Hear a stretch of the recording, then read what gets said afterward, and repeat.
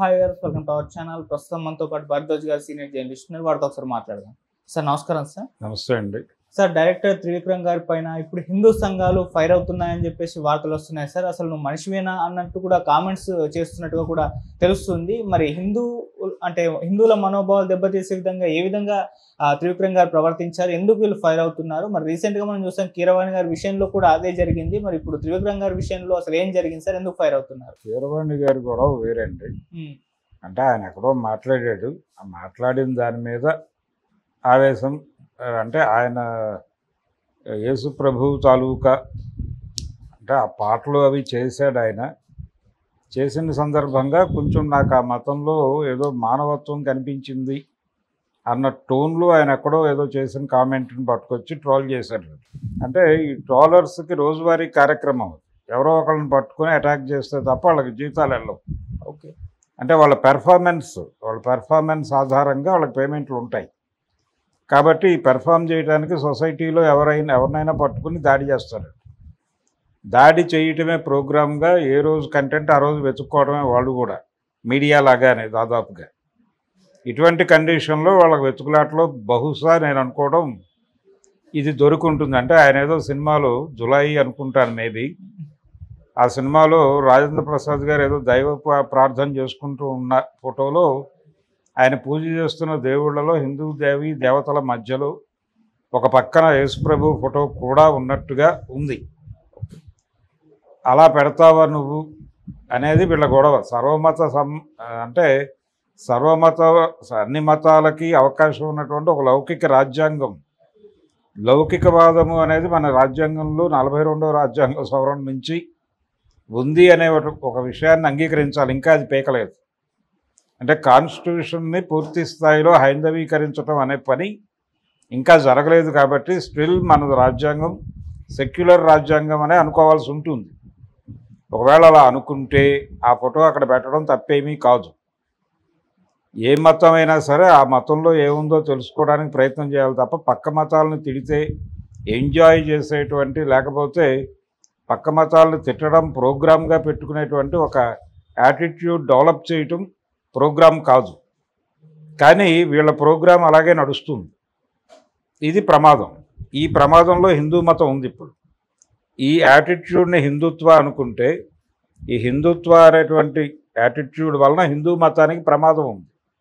ఇది మనం పదే పదే చెప్తూ వస్తున్నాం. ఈ చెప్తూ వస్తున్నటువంటి పరిణామ క్రమంలోనే ఇప్పుడు ఇది జరుగుతోంది. అందుకని ఇది ఈజీ వ్యవహారం కాదు. వీళ్ళని హ్యాండిల్ చేయటం కూడా ఇది చాలా జటిలమైనటువంటి గొడవ. వీళ్ళు ఇలా దాడి చేస్తున్నారు అని చెప్పేసి చూసి పక్కకి తప్పుకోవడం తప్ప చేయగలిగింది లేదు. నాది రెండో అనుమానం ఏంటంటే, అది నా పర్సనల్ డౌట్, మెయిన్ స్ట్రీమ్ మీడియాలో కూడా ఇలాంటి కార్యక్రమాలు జరుగుతున్నాయేమో అనేది ఒక సందేహం. మెయిన్ స్ట్రీమ్ మీడియాలో ఇలాంటివి జరుగుతున్నాయంటే నా ఉద్దేశం ఏంటంటే, ఇలాంటివి కనిపెట్టి హిందూ సంఘాలు ఇలా దాడి చేస్తున్నాయి ఫలానా వ్యక్తి మీద అని ఒక వార్త రాయటం తేలికే. ఇప్పుడు త్రివిక్రమ్ శ్రీనివాసు అనే మనిషిని తీసుకొని అతని సినిమాలో ఇది ఉంది అని ఎవరో కనిపెట్టి ఉండొచ్చు. కనిపెట్టిన తర్వాత ఈ రెండు క్లబ్ చేసి ఒక వార్త రాయొచ్చు అనే ఐడియా ఇంకెవరికో వచ్చి ఉండొచ్చు. ఇది తాము మాట్లాడితే ఇబ్బంది కాబట్టి హిందూ సంఘాలు దాడి చేస్తున్నాయని ఒక మాట అనేస్తాయి. ఈ వార్త చూసి కూడా వాళ్ళు దాడి చేయొచ్చు. వీళ్ళకి కొంత వ్యూవర్షిప్ వస్తుంది. ఇదంతా ఏంటంటే ఒక రకంగా పబ్లిక్ అటెన్షన్ని గ్రాప్ చేసే ప్రోగ్రాం. పబ్లిక్ అటెన్షన్ని గ్రాప్ చేయడానికి ఏం చేయడానికన్నా సిద్ధపడే ఒక గందరగోళపు స్థితిలో ప్రసార మాధ్యమాలు అన్నీ ఉన్నాయి. అందుకని ఈ తరహా దాడులు జరుగుతున్నాయని కూడా అనుకోవచ్చు. ఇవన్నీ అర్థం చేసుకోలేనంత అర్భకుడేం కాదు అతను త్రివిక్రమ్. తన సినిమాల్లో ఆయన చాలా ఫండమెంటలిస్టు. ఆయన ఫండమెంటలిస్టిక్ ఐడియాలజీ ఆయన సినిమాల నిండా ప్రతిధ్వనిస్తూనే ఉంటుంది. ఆయన్ని కాదనుకోవడం ఒక రకంగా వాళ్ళు చేస్తున్న తప్పు. ఆయన తన సినిమాల ద్వారా హిందుత్వాన్ని ప్రమోట్ చేశాడు. ఆయన దానికి పెద్దగా లోతుల్లోకి వెళ్లాల్సినటువంటి అవసరం కూడా లేదు. అలవైకుంఠపురం అనే ఆయన చివరి పెద్ద హిట్ సినిమా, ఆ సినిమా ఇంటి గుట్టు అనేటువంటి ఒక ఎన్ రామారావు గారి సినిమాకి రీమేక్. ఆ ఒరిజినల్ సినిమాలో చెప్పినటువంటి అభ్యుదయ అంశాన్ని తీసేసి దానిలో సాంప్రదాయాన్ని నింపి సినిమా తీశాడు. అంటే ఒరిజినల్లో ఇద్దరు పిల్లలు మారిపోతారు. ఇండిగుట్టు సినిమాలో కూడా పిల్లలు మారిపోతారు. అంటే ఇది వాంటెడ్గా ఒక దొంగ చేస్తాడు. అంటే నా భార్య ప్రెగ్నెంటు కాబట్టి నాకు శిక్షలో కొంత తగ్గించండి అనే పద్ధతిలో జడ్జి గారిని ప్రాధేయపడతాడు. ప్రాధేయపడితే ఇంకో దొంగని కంటున్నావా నువ్వు అన్న పద్ధతిలో మాట్లాడతాడే. అంటే పుట్టుక నిర్ణయిస్తుంది అతని జీవితాన్ని అన్న టోన్లో మాట్లాడినప్పుడు ఇతను జైల్లో నుంచి తప్పించుకుని వెళ్ళి తన కొడుకుని తీసుకెళ్ళి ఆ జడ్జి గారి ఇంట్లో పడుకోబెట్టి ఆ జడ్జి గారి కొడుకుని తీసుకొచ్చి తన ఇంట్లో పెడతాడు. వీళ్ళిద్దరూ పెరిగి పెద్ద అయిన తర్వాత అక్కడ పెరిగిన జడ్జి గారి ఇంట్లో పెరిగిన దొంగ కొడుకు పోలీస్ ఆఫీసర్ అవుతాడు. ఇక్కడ పెరిగిన జడ్జి గారి కొడుకు దొంగ అవుతాడు. దొంగ అయిన తర్వాత ఈ దొంగని ఆ పోలీసు పట్టుకొని చంపేసే ప్రయత్నం చేస్తాడు. అప్పుడు తిరిగి ఈ జడ్జి గారి దగ్గరికి ఈ కేసు వెళ్తుంది. వెళ్ళినప్పుడు ఆయన సీరియస్గా రియాక్ట్ అవుతాడు. రియాక్ట్ అయ్యి నేను ఎప్పుడో చెప్పాను కదా ఇలాగే జరుగుతుందని. అప్పుడు ఈ దొంగ చెప్తాడు వాడి ఇంటికి వెళ్ళి, అమ్మాయి కూడా నువ్వు శిక్ష వేసింది నీ కొడుకే, నా కొడుక్కి కాదు, నా కొడుకే నీ కొడుకుని పట్టించాడు. వాడి పెంపకం డిసైడ్ చేస్తుంది, పుట్టుక కాదు. ఎక్కడ పెరిగాడు అనే దాన్ని బట్టి వాడి వాతావరణం ఉంటుంది తప్ప పుట్టుకలు నిర్ణయించవు అని ఒక క్లాస్ చెప్పి అతన్ని జ్ఞానపరిచి వచ్చేస్తాడు.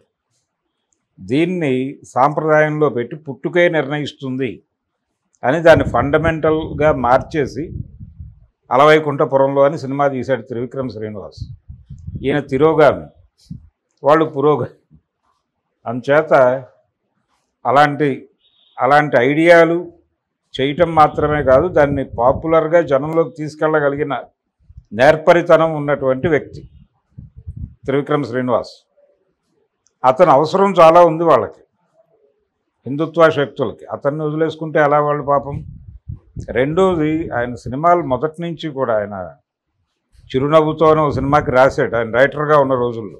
ఆ రాసిన రోజుల్లో మొత్తం అతని సినిమాలన్నీ స్వయంవరం కావచ్చు, అతను రచయితగా రాసిన నువ్వు నాకు నచ్చావు కావచ్చు, మల్లీశ్వరి, ఏదైనా తీసుకున్నా, ఏ సినిమా తీసుకున్నా దానిలో ఒక ఫండమెంటల్ లైన్ ఉంటుంది.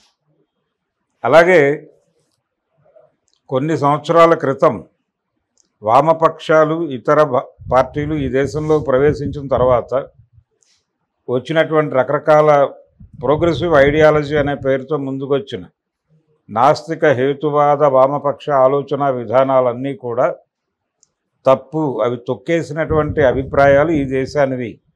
ఆ అభిప్రాయాల ప్రకారం నడుచుకోవటం చాలా అవసరం అని సినిమా ఇండస్ట్రీలో ప్రకటించిన వాడు త్రివిక్రమ్ శ్రీనివాస్. అందుకని అతను పరమ ఫండమెంటలిస్టు, మోడర్న్గా కనిపిస్తాడు కానీ ఆయన ఐడియాలజీ అంతా అదే. అటువంటి వ్యక్తి మీద వీళ్ళు ఇలా దాడి చేయటం అనేది పాపం తెలియక చేసిన తప్పుగా క్షమించి వదిలేస్తాడు అనుకోండి. కీరవాణి గొడవ వేరు. కీరవాణి ఒక ఫిలసాఫికల్ లెవెల్లో తనకి అలా అర్థమైంది. ఆ అర్థమైన దాన్ని మాట్లాడే ప్రయత్నం చేశాడు, దాడి చేశారు, అది ఓకే. కానీ ఇది మెయిన్ స్ట్రీమ్ మీడియా క్రియేషన్ అనేమో అనుకుంటున్నాను నేను. అంటే వాళ్ళు ట్రోల్ చేస్తున్నారు అని అనిపించింది, రాస్తారు. ఇతని చరిత్ర ఏమిటి, ఇతని గొడవ ఏమిటి, ఇతని ఐడియాలజీ ఏమిటి, ఇంత చెక్ చేసి ఉండరు. అతను తీసిన సినిమాలో కొంచెం ఆర్డ్గా కనిపించింది ఓ ముక్క, అది జనరల్గా ఫేస్బుక్లో అక్కడ పెడుతూ ఉంటారు. ఇదేమిటి ఇతని సినిమాలో ఇలాంటి షాట్ వచ్చేసింది అని. అది సరదాగా నవ్వుకోవడానికి వాడతారు. దాన్ని థియరిటైజ్ చేసి దాన్ని ఒక వార్తగా వేసేసరికి ఇప్పుడు మనం మాట్లాడుకోవాల్సి వస్తుంది. ఇలా చేయటం కూడా మీడియా వ్యూహాల్లో భాగంగా మారిపోయింది. జనాలు అటెన్షన్ని గ్రాప్ చేయటం అనే ప్రోగ్రాంలో భాగంగా ఇలాంటి కార్యక్రమాలన్నీ మీడియా చేస్తోంది. అలా మీడియా విన్యాసంలో భాగంగా త్రివిక్రమ్ అనేవాడు ఆయన ఏదో హిందుత్వం మీద దాడి చేసినట్టు, ఆయన మనిషా కాదా అని వాళ్ళు మాట్లాడటం, అంత మాత్రం చేత అతనేదో ప్రోగ్రెసివ్ అని ప్రపంచం అనుకోవడం, ఇలాంటి ఒక కల్పనాత్మక జగత్తులోకి జనాలను తీసుకెళ్లే ప్రయత్నం ఆ వార్త. అదేం లేదు. త్రివిక్రమ్ శ్రీనివాస్ అనేవాడు పరమ ఫండమెంటలిస్టు. ఆయన హిందుత్వాన్ని ప్రమోట్ చేయటము, అలాగే అనేక నమ్మకాలని ప్రమోట్ చేయటం కూడా ఆయన సినిమాలు